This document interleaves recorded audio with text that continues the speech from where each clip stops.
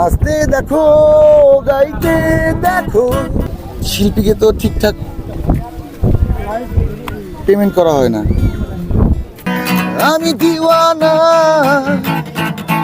আমি মাস্তানা। বইছে মৃদু বাতাস, প্রকৃতির শান্ত পরিবেশে যোগ হয়েছে গিটারের সুর আর কণ্ঠের মাধুর্য।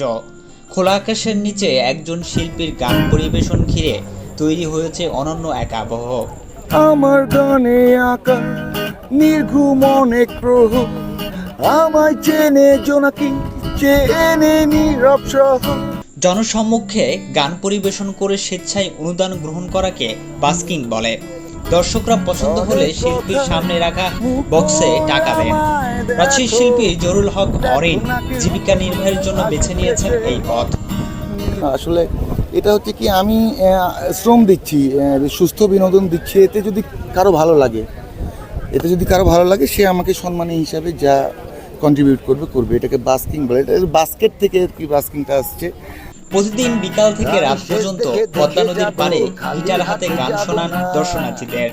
ব্যস্ত নগর জীবনের ক্লান্তি ভুলে প্রকৃতির সান্নিধ্যে সময় কাটাতে আসা মানুষদের কাছে তার পরিবেশনা হয়ে উঠেছে বাড়তি আকর্ষণ।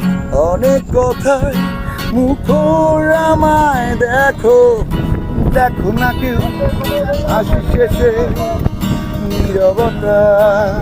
জহুরুল হক অরিন জানান, আগের মতো স্টেজ শোয়ে গান করার সুযোগ কমে গেছে। পাশাপাশি শিল্পীদের আগের মতো সম্মানজনক পারিশ্রমিক দেওয়া হয় না।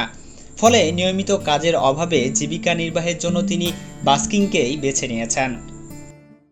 আসলে কাজ না পেয়ে দেয়ালে পিঠ থেকে গেছে বলেই তো এই রাস্তায় বাস্কিংটা শুরু করছি ভাই। আসলে কোথাও কাজ পাইনি রাজশাহীতে।